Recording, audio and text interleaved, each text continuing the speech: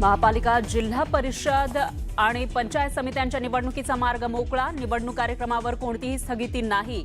Supreme कोर्टाचा महत्त्वाचा आदेश. येत्या 21 जानेवारीला पुढील सुनावणी.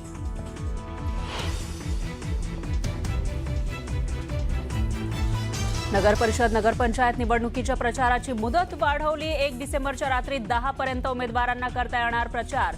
निवडणूक आयोगाच्या निर्णयामुळे उमेदवारांना दिलासा.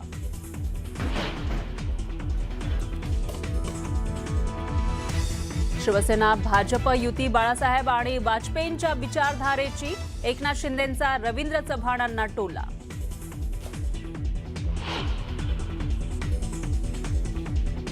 उद्धव ठाकरेंची थोड्याच वेळामध्ये पत्रकार परिषद. सर्वोच्च न्यायालयाचा निकाल. जागा वाटप आणि मनसेसोबतच्या युतीवर ठाकरे काय बोलणार याकडे राज्याचं लक्ष.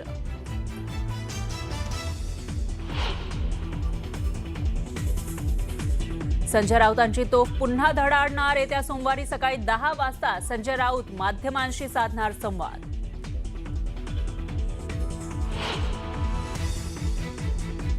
शिवसेनेचे माजी आमदार सुभाष भोईर भाजपमध्ये प्रवेश करण्याची चर्चा. मुख्यमंत्री फडणवीसांच्या स्वागताचा भोईर यांचा व्हिडिओ व्हायरल. भाजपमध्ये जाण्याच्या चर्चांना जोर. ज्यांचा मी जीव वाचवला त्यांच्यासाठी माझं घर फुटलं, त्यानंच माझ्याशी गद्दारी केली. जाहीर भाषणात धनंजय मुंडेंचा दीपक देशमुखांवर हल्लाबोल.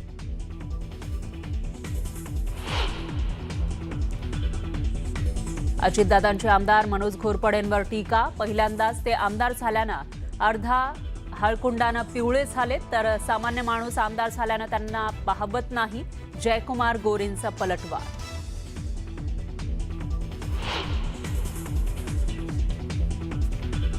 तुम्ही 5 वर्ष पालकमंत्री होतात तेव्हा किती वेळा माजलगावला आलात? 5 वर्षात एक तरी बैठक घेतली का? प्रकाश सोळंकेंचा पंकजा मुंडेंना थेट सवाल.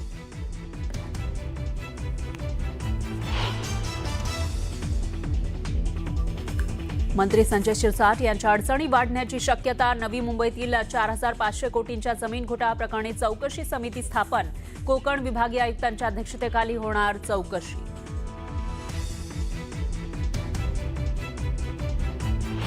ही बातमी आपल्याला बघायची आहे. आत्ताच्या घडीची एक मोठी बातमी आपण बघतोय. स्थानिक स्वराज्य संस्था निवडणुकीबाबत सुप्रीम कोर्टात आता सुनावणीला सुरुवात झालेली आहे. अत्यंत महत्त्वाची बातमी आपण बघतोय. सुप्रीम कोर्टात या सुनावणीला आता सुरुवात झालेली आहे. स्थानिक स्वराज्य संस्था निवडणुकीबाबत सुप्रीम कोर्टात सुनावणीला सुरुवात झाली आहे. आरक्षणासंदर्भात आता या मर्यादेवर सुप्रीम कोर्टात सुनावणी होईल. राज्य निवडणूक आयोगाच्या वकिलांचा युक्तिवाद सुरू झाल्याची सध्या माहिती समोर आली. आरक्षण मर्यादेवर सुप्रीम कोर्टात ही सुनावणी आपण बघतोय सुरू झाली आहे. 40 नगर परिषदा आणि 17 नगरपंचायतींमध्येच हा सगळा संघर्ष असेल. सुप्रीम कोर्टात या सुनावणीला सुरुवात झाली आहे. 29 जिल्हा परिषद, 29 मनपा, 332 पंचायत समिती या सगळ्या निवडणुका आहेत आणि या निवडणुकांवरती टांगती तलवार होते आणि या सगळ्या संदर्भातला निकाल आज येणार आहे. या सगळ्या सुनावणीला सुप्रीम कोर्टात सुनावणीला सुरुवात झालेली आहे. आरक्षणाची 50% मर्यादा ओलांडल्याविरोधात ही याचिका दाखल झालेली होती आणि या याचिकेवर आता सुनावणीला सुरुवात झाली आहे. या याचिकेवर कोर्ट काय निर्णय देणार याकडे सगळ्या राज्याचं लक्ष लागलेलं आहे. स्थानिक स्वराज्य संस्थांचं निवडणुकीचं बिगुल वाजलेलं असतानाच कोर्टात याचिका दाखल झालेली होती. 50% पेक्षा जास्त आरक्षण ज्या ज्या ठिकाणी झालंय तिथे स्थगिती देण्यात यावी अशी मागणी करण्यात आलेली होती याचिकाकर्त्यांकडून आणि आता राज्य निवडणूक आयोगाकडून देखील युक्तिवाद केला जातोय. 32 जिल्हा परिषद आहेत, 29 मनपा आणि 332 पंचायत समितीच्या निवडणुका या सगळ्या ठिकाणी जिथे जिथे आरक्षणाची मर्यादा ओलांडली गेली आहे तिथल्या सगळ्या निवडणुकांवरती स्थगिती आणावी अशी मागणी करण्यात आलेली होती. सुप्रीम कोर्टात या सुनावणीला आता सुरुवात झालेली आहे आणि या सगळ्या सुनावणीमध्ये कोर्ट आज काय निर्णय देणार याकडे सध्या सगळ्याच राजकीय पक्षांचं आणि राज्याचं लक्ष लागलेलं आहे. नगर परिषद निवडणुकीवर टांगती तलवार आहे. निवडणुकीवर टांगती तलवार असतानाच आरक्षणाची 50% मर्यादा ओलांडली गेली आहे काही ठिकाणी आणि त्याच सगळ्या ठिकाणी स्थगिती देण्याची मागणी केलेली होती. 17 नगरपंचायतींमध्ये मर्यादेचं उल्लंघन झाल्याची माहिती सध्या समोर आली आहे. आयोगाचं असं म्हणणं आहे 17 ठिकाणी नगरपंचायतीमध्ये मर्यादा ओलांडल्याची माहिती आयोगानं दिली आहे. स्थानिक स्वराज्य संस्था निवडणुकीतील आरक्षण मर्यादेचा हा मुद्दा आपण बघतोय. 17 ठिकाणी नगरपंचायतीत मर्यादा ओलांडली असं आयोगानं म्हटलेलं आहे. आरक्षणाची 50% मर्यादा ओलांडल्याविरोधात याचिका दाखल झाली आहे आणि युक्तिवाद सध्या केला जातो आहे. राज्यातल्या स्थानिक स्वराज्य संस्थांच्या निवडणुकांबाबत आज सुप्रीम कोर्टात ही महत्त्वाची सुनावणी आता सुरू झालेली आहे। बरोबर 12 वाजता सर्वोच्च न्यायालयात ही सुनावणी आता पार पडते आणि गेल्या मंगळवारी सरन्यायाधीश सूर्यकांत यांच्या खंडपीठानं काही मुद्दे ऐकून घेतलेले होते आणि त्यानंतर आज म्हणजेच 28 नोव्हेंबर रोजी सुनावणी घेणार असल्याचं त्यांनी जाहीर केलेलं होतं आणि त्यानुसार आता सुनावणीला सुरुवात झाली आहे। आज होणाऱ्या या सुनावणीत सुप्रीम कोर्ट महत्त्वाचा अंतरिम निर्देश देण्याची शक्यता आहे। मंगळवारी झालेल्या सुनावणीत सरन्यायाधीश सूर्यकांत यांनी महत्त्वाची टिप्पणी करताना म्हटलंय की संख्येनुसार प्रतिनिधित्व कसं देता येईल यावर आम्ही निश्चितपणे निर्णय देऊ।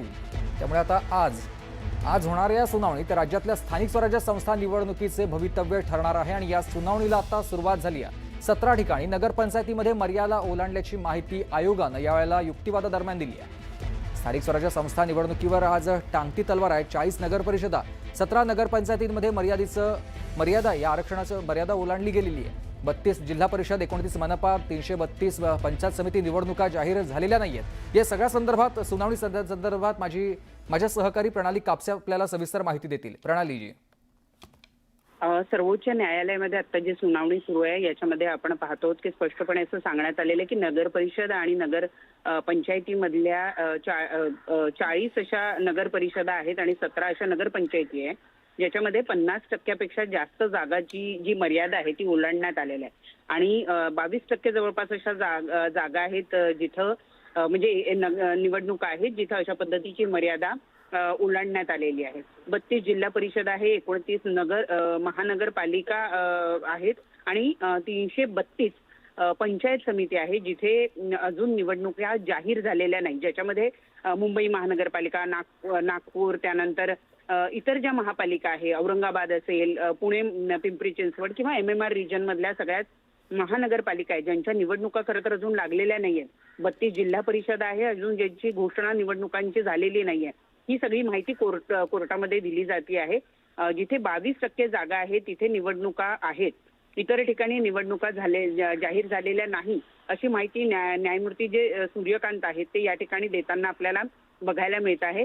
बांटिया कमिशनचा जो अहवाल आहे त्याचे न्यायिक मूल्यांकन करण्यात यावं असं सुद्धा वकील इंदिरा जयसिंग जे आहे त्यांच्या वतीनं या ठिकाणी सांगण्यात येत आहे। आपण पाहतोय की आरक्षण हे निश्चित लोकसंख्येच्या आधारावर देता येत नाही असं या ठिकाणी म्हटलं गेलेलं आहे। बांटिया कमिशनचा अहवाल असेल त्याला सुद्धा अजून कोणी आव्हान दिलेलं नाही असं सुद्धा या ठिकाणी म्हणण्यात आलंय। एकूणच राज्य सरकार भाटिया कमिशनचा अहवाल का लागू करत नाही याचे उत्तर अजून देऊ शकलेले नाही असं ॲडव्होकेट विकास सिंग यांनी या ठिकाणी म्हटलेलं आहे। न्यायमूर्ती सूर्यकांत असं म्हणतायत की 3 सदस्यीय खंडपीठ स्थापन करण्याच्या संदर्भात आम्ही सूचना देऊ शकतो। जानेवारी महिन्यामध्ये याच्या पुढची जी सुनावणी आहे ती आपल्याला घेता येऊ शकते असं या ठिकाणी त्यांनी म्हटल्याचं आपल्याला बघायला मिळत आहे। तर एकूण ही सगळी सुनावणी सुरू आहे। महाराष्ट्रामध्ये आता ज्या निवडणुका होऊ घातलेल्या आहे 2 तारखेला ज्यांचं जिथे मतदान होणार आहे त्या संदर्भातला आणि होऊ घातलेल्या ज्या महानगरपालिका जिल्हा परिषदाच्या निवडणुका आहे यामध्ये आरक्षणाची मर्यादा ज्यांनी ओलांडलेली आहे त्यांच्या संदर्भात आज मोठा निर्णय येऊ शकतो। त्यामुळे त्याची सगळी सुनावणी ही होत असल्याचं आपल्याला बघायला मिळत आहे।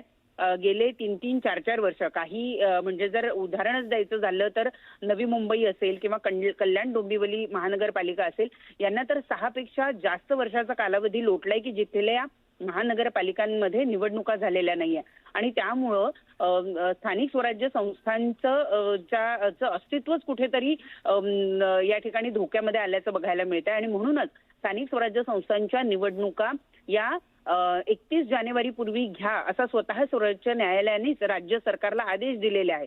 त्यात आता जेव्हा आरक्षण काढली गेलेली आहे त्यावेळेला अनेक ठिकाणी अशा पद्धतीनं 50% जी मर्यादा आहे ती ओलांडली आहे आणि ती काही ठिकाणी तर 70-72% किंवा त्याहून अधिक झाल्याची बघायला मिळते आणि म्हणूनच पुन्हा एकदा हे सगळं प्रकरण कोर्टामध्ये गेलं आणि आता कोर्ट त्याबद्दल सुनावणी घेत आहे।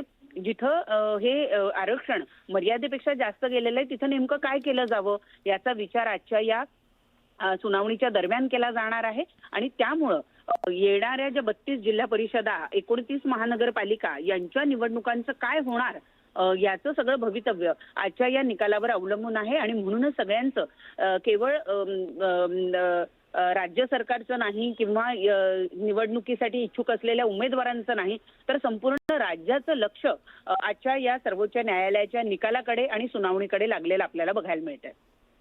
नक्कीच तुम्ही आमच्यासोबत अशाच जोडलेल्या राहा. तर आपण एकदा पुन्हा ही बातमी बघतोय. सध्या नगरपरिषद निवडणुकीवर टांगती तलवार आहे. 3 सदस्यीय खंडपीठाबाबत सूचना देऊ शकतो असं कोर्टानं आज म्हटलंय.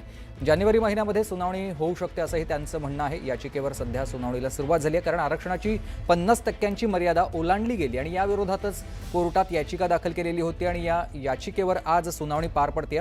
याआधी देखील सुनावणी झाली किंवा चर्चा झाली, युक्तिवाद केलेले होते आणि त्यावेळेला देखील सगळे मुद्दे ऐकून घेतल्यानंतर पुन्हा आज या सगळ्यावर युक्तिवाद होऊन अंतिम निकाल आपण देण्याचा निर्देश देण्याचा प्रयत्न करू असं देखील कोर्टाने याआधीच म्हटलेलं होतं आणि त्यानुसार आता सुनावणीला सुरुवात झाली आहे. बांठी आयोग अहवालाचं न्यायिक मूल्यांकन व्हावं अशी देखील मागणी करण्यात आलेली होती.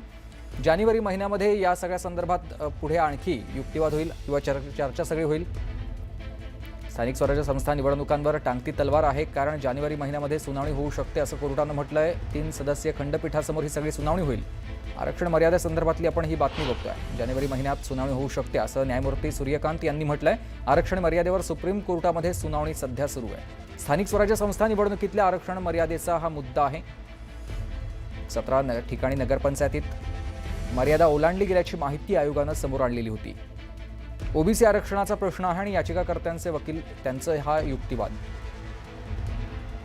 बांठी आयोगामुळे ओबीसी जागा कमी झाल्याचं देखील म्हटलेलं आहे.